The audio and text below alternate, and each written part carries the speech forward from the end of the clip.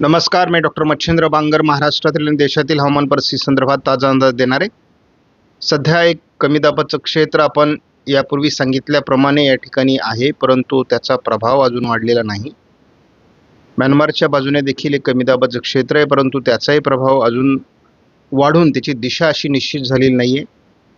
दक्षिण भारतावर देखील पावसाळी वातावरण या दोन्ही सिस्टममुळे तयार होतं आहे, परंतु त्याचाही प्रभाव अपेक्षे एवढा अजून वाढलेला नाही. आता थोडा पूर्व भारतामध्ये देखील पावसाचं प्रमाण वाढणं अपेक्षित आहे. उत्तर भारतामध्ये एकापाठी एक 2 WD असल्यामुळे उत्तर भारतात पंजाब, हरियाणा, दिल्ली, उत्तराखंड, हिमाचल प्रदेश आणि जम्मू काश्मीरमध्ये देखील पावसाचं प्रमाण वाढण्याची शक्यता आहे. त्याचा थोडा प्रभाव राजस्थानमध्ये पडण्याची देखील शक्यता आहे.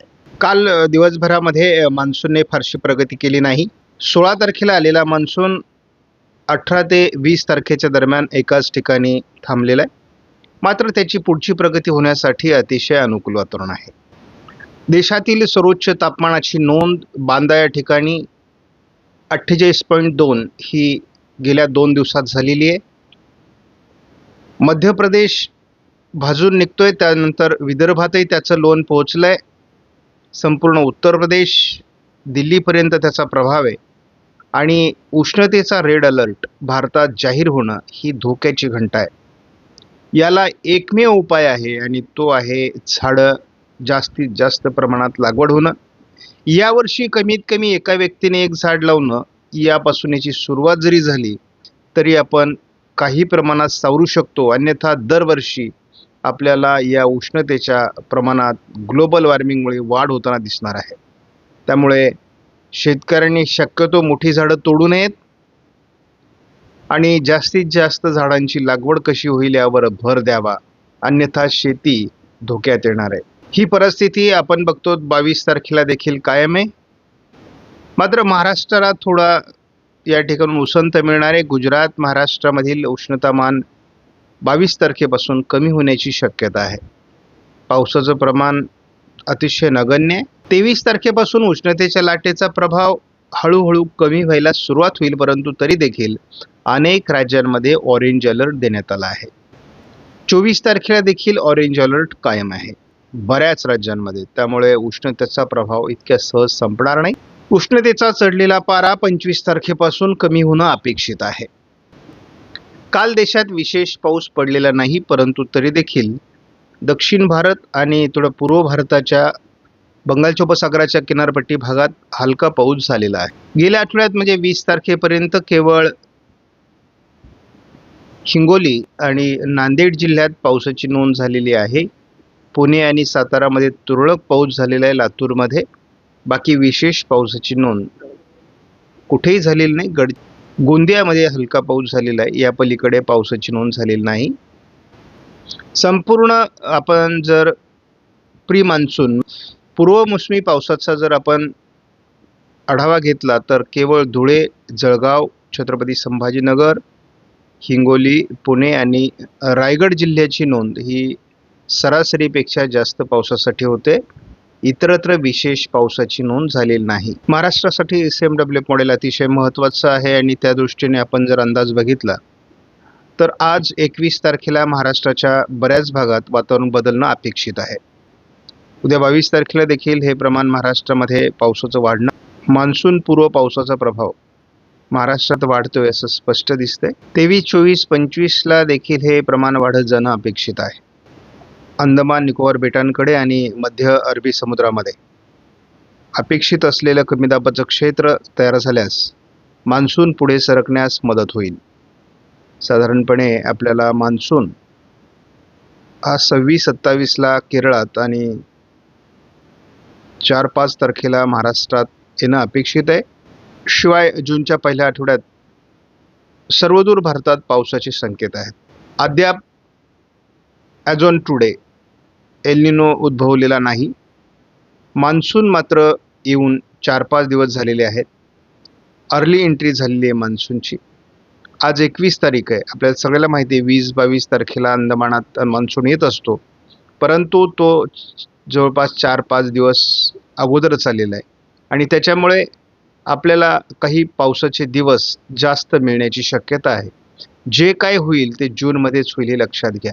जीपीएस मॉडेलने अजून महाराष्ट्रात पावसाचा अंदाज 21 तारखेला दिलेला नाही.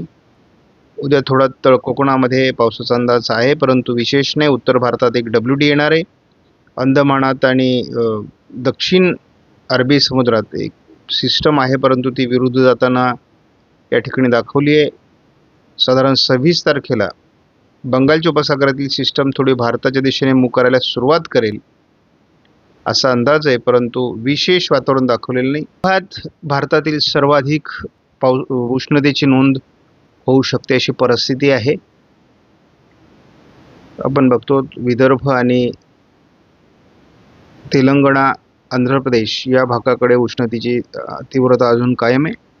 परंतु आनंदाची गोष्ट म्हणजे कोकण किनारपट्टी आणि संपूर्ण पश्चिम किनाऱ्याला उष्णतेचं प्रमाण कमी होण्याची शक्यता आहे. पावसाचं प्रमाण जर वाढलं नाही तर उष्णतेची लाट जवळपास 30 तारखेपर्यंत कायम राहण्याची शक्यता आहे. आज महाराष्ट्रासाठी आनंद वार्ता आहे. मराठवाडा, पश्चिम महाराष्ट्र, दक्षिण कोकण, मध्य महाराष्ट्रात आज पावसाची शक्यता वर्तवण्यात आलेली आहे. याचं मुख्य कारण बंगालच्या उपसागराच्या बरोबरच अरबी समुद्रात देखील एक कमी दाबाचं क्षेत्र विकसित झालेलं आहे. प्री मान्सून किंवा मान्सून पूर्व पावसाचा मोठा प्रभाव घाटमाथ्यावर दिसण्याची शक्यता आहे. यामध्ये नाशिक, अहिल्यानगर पश्चिम, पुणे, सातारा, सांगली, कोल्हापूर, सोलापूर, सांगली या भागात देखील पावसाची शक्यता आहे. हे पावसाचं वातावरण संपूर्ण कोकण व्यापण्यासाठी 23 तारीख महत्त्वाची आहे. मराठवाड्याचा बराच भाग, पश्चिम महाराष्ट्र, मध्य महाराष्ट्र आणि उत्तर महाराष्ट्राचा थोडा भाग, संपूर्ण कोकण 23 तारखेला पावसाची शक्यता आहे. 24 तारखेला याचं प्रमाण थोडं कमी असेल, परंतु दक्षिण कोकण, पश्चिम महाराष्ट्रात प्रभाव कायम असणार आहे. 25 तारखेला हलका प्रभाव कमी होतोय, परंतु घाटमाथ्यावर कोकणामध्ये, पश्चिम महाराष्ट्रात स्थानिक वातावरणासाठी पोषक स्थिती आहे. हा SMW मॉडेलचा अंदाज. 26 तारखेपासून अगदी विदर्भ, मराठवाडा, पश्चिम महाराष्ट्र, मध्य महाराष्ट्र, दक्षिण कोकण, पश्चिम महाराष्ट्र पावसाचं प्रमाण वाढणं अपेक्षित आहे. 27 तारखेलाही महाराष्ट्राच्या दक्षिणी भागात पावसाचा प्रभाव राहण्याची शक्यता आहे. आपण आज कोल्हापूर, रायगड, रत्नागिरी, सिंधुदुर्ग, सातारा, पुणे, अगदी नाशिक, अहिल्यानगर, बीड या भागात देखील पावसाचा अंदाज आहे. दुपारनंतर छत्रपती संभाजीनगर, जालना, बीड, लातूर, धाराशिव, सोलापूर या भागातही पावसाचा अंदाज आज आहे. म्हणजे आज मान्सूनपूर्व पावसाची सुरुवात चांगली होईल. काल मात्र फारसं पावसाचं वातावरण तयार झालेलं नव्हतं. थोडं नंदुरबार, धुळे, जळगाव या भागात, थोडं दक्षिणेला जळगावच्या वातावरण असण्याची शक्यता आहे. बुलढाण्यात थोडं वातावरण असण्याची शक्यता आहे. हे पावसाचं प्रमाण आपल्याला साधारण उद्या अधिक प्रमाणात कोकणासहित घाटमाथ्यावर वाढण्याची शक्यता आहे. बीड, लातूर, नांदेड, परभणी किंवा अगदी नाशिकच्या, धुळ्याच्या काही भागापर्यंत पोहोचू शकतं. याचा प्रभाव साधारणपणे 22 तारखेला अधिक वाढण्याची शक्यता आहे. मेघगर्जनेसह, विजांच्या कडकडाटासह पावसाळ्यासारखा पाऊस काही भागात पडू शकतो.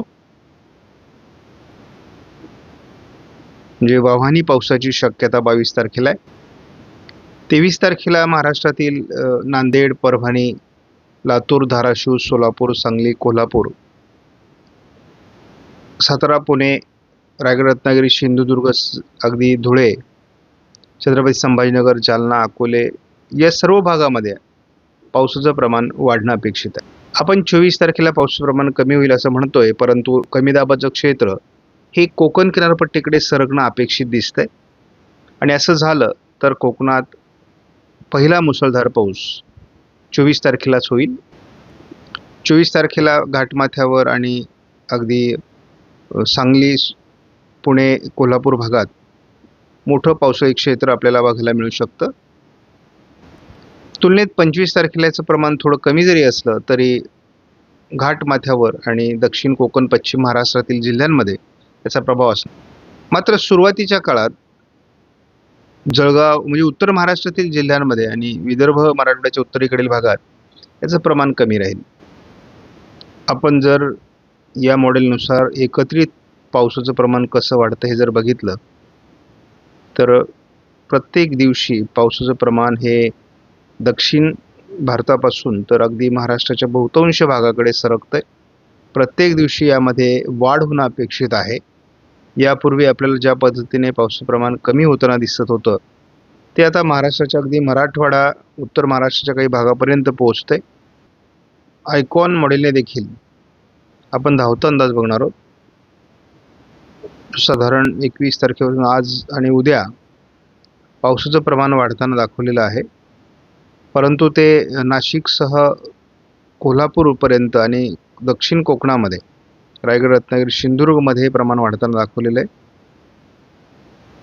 23 तारखेला हे प्रमाण मग थोडं पुण्याच्या पूर्व भागातून सोलापूर, सांगली, कोल्हापूरपर्यंत पोहोचण्याची शक्यता व्यक्त केलेली आहे. आपणास व्हिडिओमधील माहिती महत्त्वपूर्ण वाटल्यास लाईक करा, शेअर करा, चॅनलला सबस्क्राईब करा. धन्यवाद. जय हिंद, जय महाराष्ट्र, जय